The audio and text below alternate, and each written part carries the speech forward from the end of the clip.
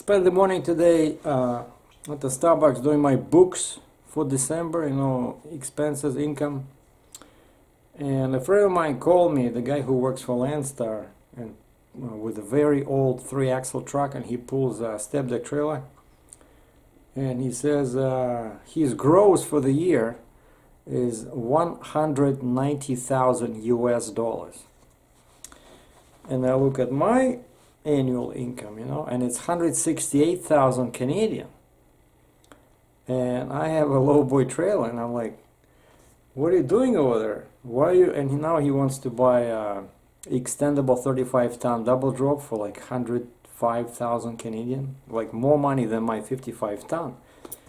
And I said, what, are you crazy? If you're making with a rental step deck pretty much, I don't know, 50% more money than me with a lowboy, like why do you even bother, spending money on an expensive lowboy?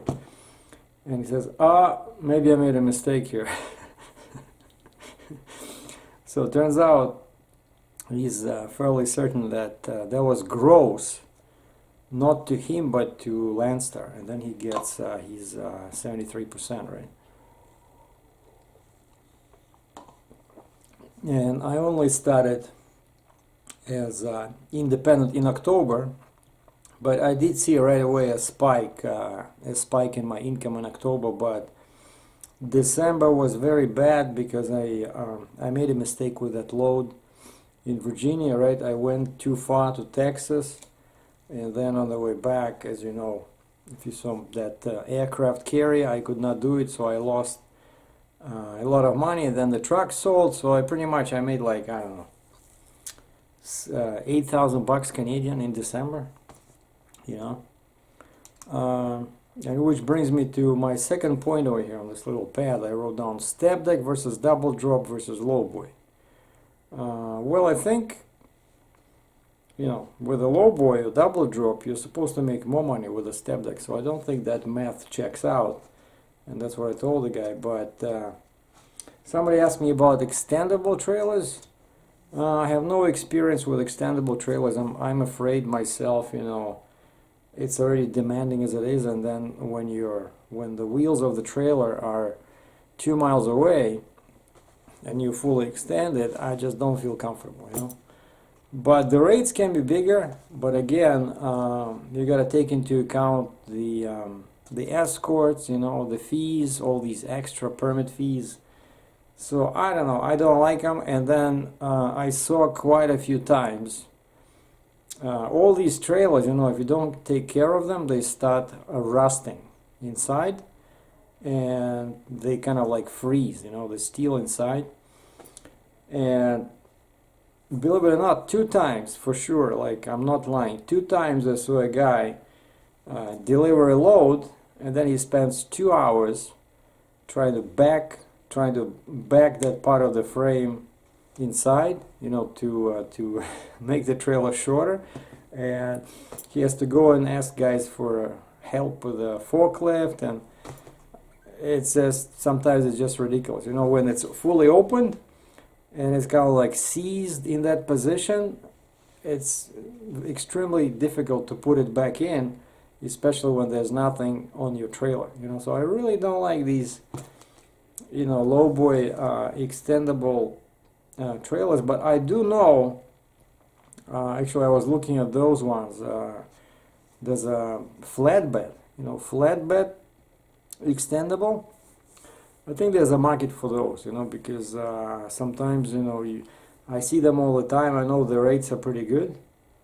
Probably the rates are as good as for a lowboy, and those trailers should not be so expensive as extendable lowboy. So if somebody wants to do very long loads, I would suggest they look into extendable flat or sometimes step. But flat, I'm pretty sure it should be cheaper, right? Just the big drawback with all these extendable trailers is the weight. Like this guy who's specing a 35-ton extendable, it's a 35-ton, but it's extendable, and his trailer weighs empty, according to the factory, which may or may not be accurate, it weighs 23,000 pounds. which is the same as what my 55-ton lowboy trailer weighs. You know, just it's too much. Mustang is still in the shop, and today is Tuesday after the Christmas day. Lots of businesses are still closed, and I called them today. I wanted to check if they received those proper bearings for my car. Nobody's answering, and then later I was walking down over there to go to a restaurant, and I see this shop, and everything is closed. There's snow everywhere. There's no cars, so I know they will open again tomorrow, and they may or may not. Well, they should receive my bearings tomorrow, right? So basically, I will probably get the car Thursday. And I left them some negative feedback on Google Maps, because I don't think this is how you're supposed to do it. You know, somebody gives you a car, and okay, I understand that mistakes happen, but why you not even giving me like $100 off? You know, I've been using Uber all this time because it's so cold. Even like walking 5-10 minutes, you know, everything starts freezing. You know, like your eyes are, you're crying pretty much. Like I was walking with my hat. Today was minus 14 Celsius, minus 14. Don't ask me an F, but that's very cold. So unless I'm going like this, and it was very windy. The wind goes in here, you know, in this area. It's very easy to get cold, and it's like, gee, I was walking like this, you know. I had my backpack on my back, and so I'm using Uber, right? And so these guys took my car. Now I have extra expenses, and they're not even giving me any discounts, you know, so this is not good. So I left a comment on Google Maps, you know, let my voice be heard, you know. If you're not happy with something, don't just talk about it with your friends, leave some footprint online. So I did that one, and then I found their website, and it says reviews, and I click on that one, it says 0. So my negative review tomorrow when I pick up the car will be #1, you know. But I don't like do too much, you know, like emotional stuff. Oh, you guys are bastards or something. What I did on Google Maps, I just, you know, said this is what happened. I asked them to do this. I asked them to, and this is to do, you know, without just facts. That's how I like to do it, without any emotional content. Just give facts, you know. Give them the car, December 19th.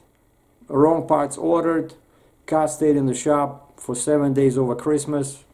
You know, asked the shop for a discount, they refused, you know. That's it, and I just give them 1 out of 5 stars, you know, that's how you do it.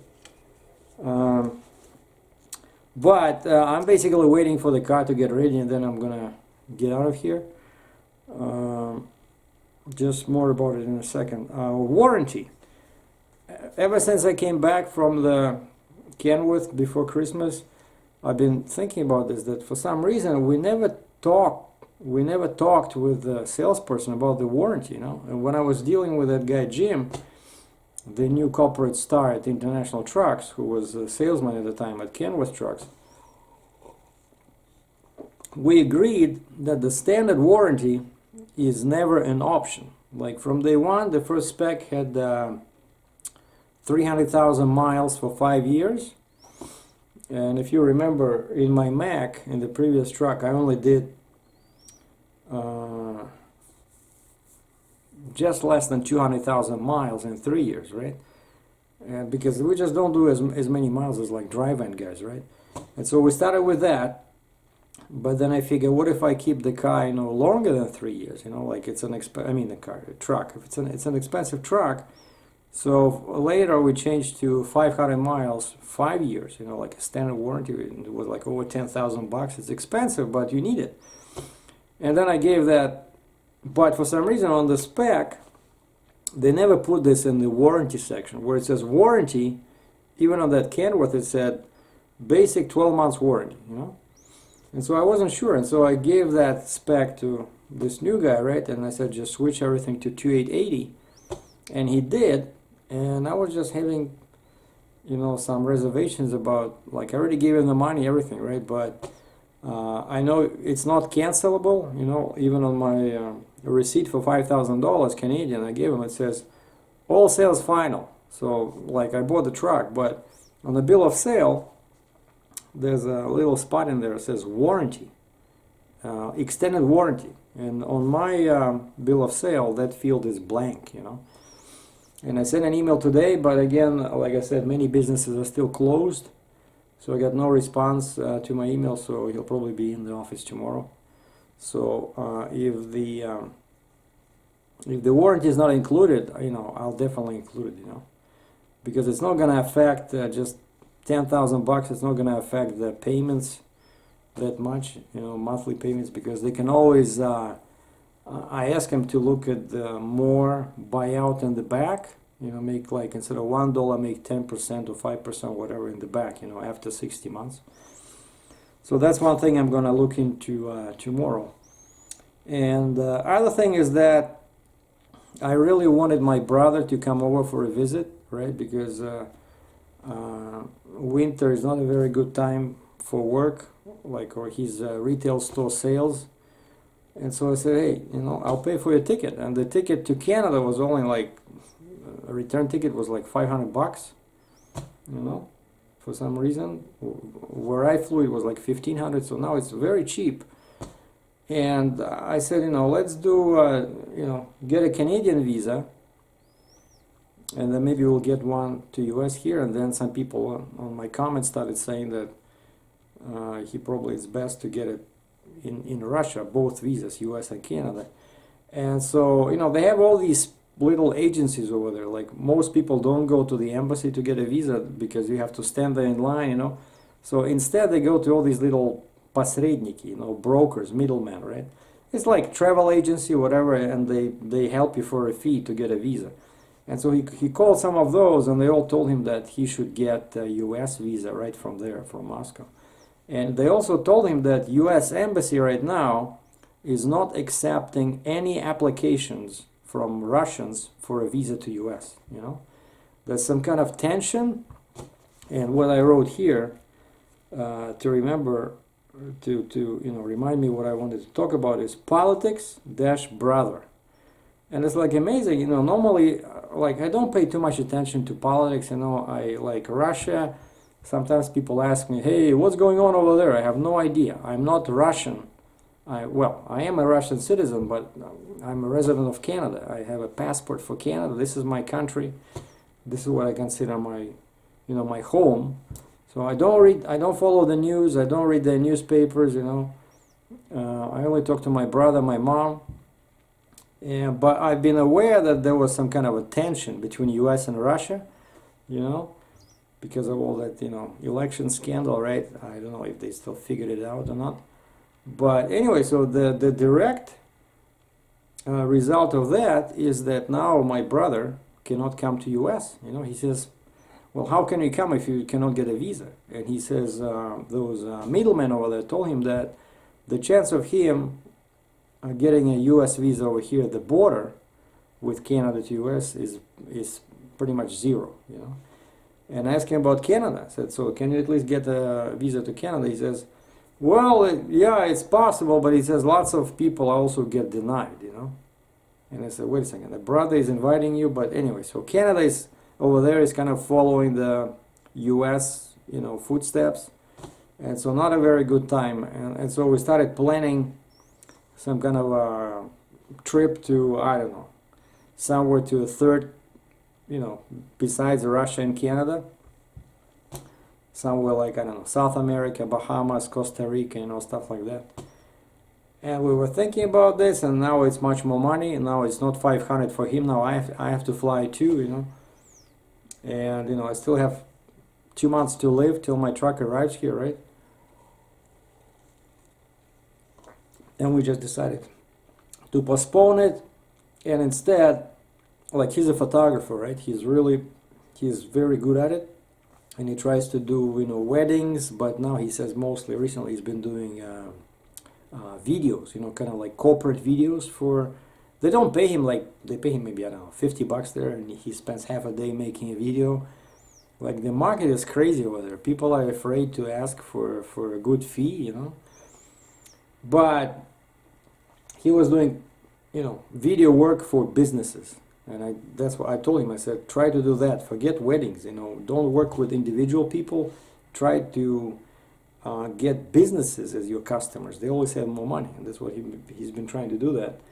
But anyway, so we wanted to go to Florida, maybe stop by New York City, then fly to this. Actually, yeah, the original plan was to go to Florida with him and stop by New York City, take a walk in Manhattan, but it's not in the cards this year. And another country like Dominican or Costa Rica, it's too expensive for both of us right now. And so I said, I have an idea.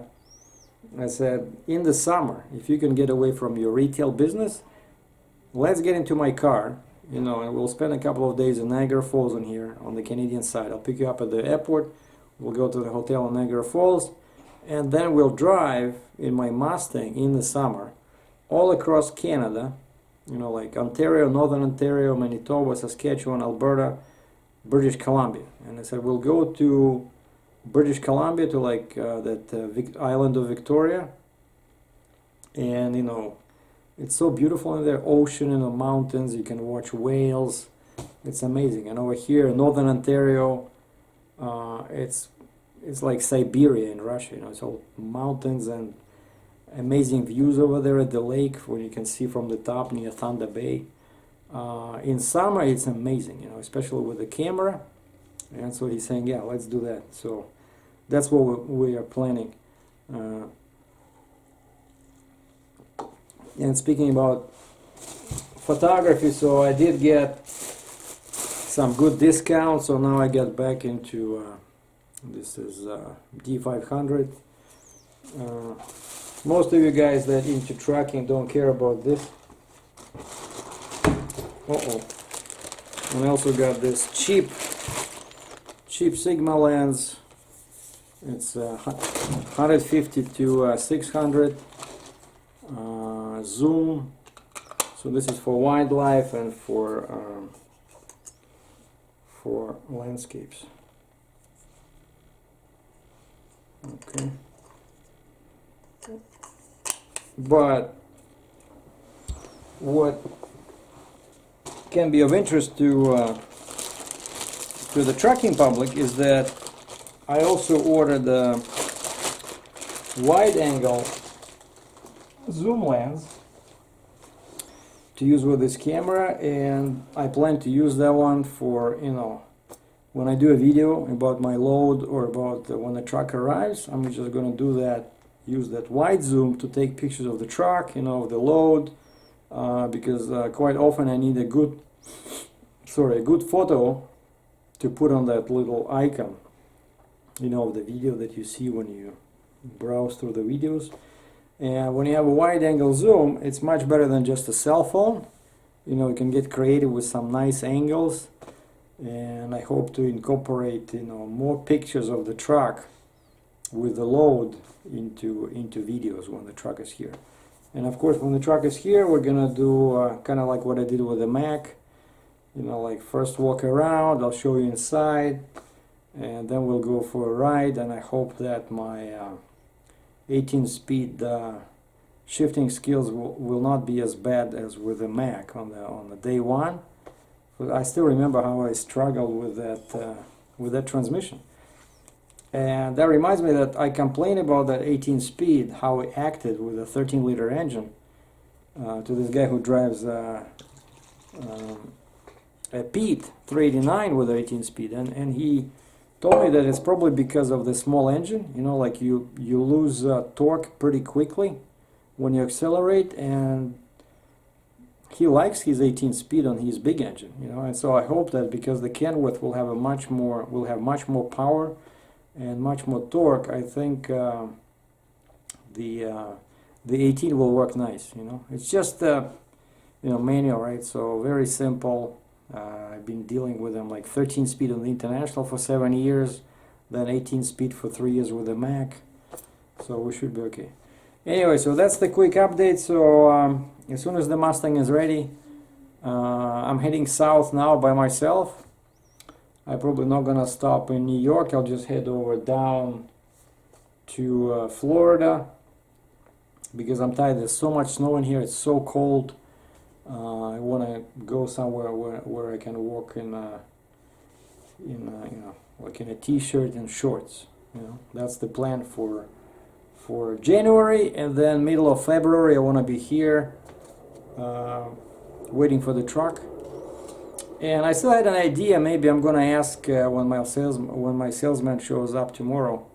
Maybe I can stop by in this Chillicothe, Ohio, for a plant tour. I don't know. When I try to do it with the Mac, for some reason they shut down all tours.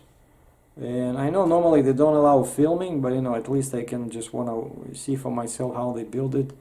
Maybe give them some pointers to those guys on the conveyor line, and see what's what. But it would be really cool to go on a tour, especially since it's that, you know, Columbus, Ohio. It's not that far from. It's just a little detour to go from Buffalo, New York, you know, towards Columbus, and then I can go straight south towards Florida. You know. Thanks for watching. Happy holidays, Captain Sergei.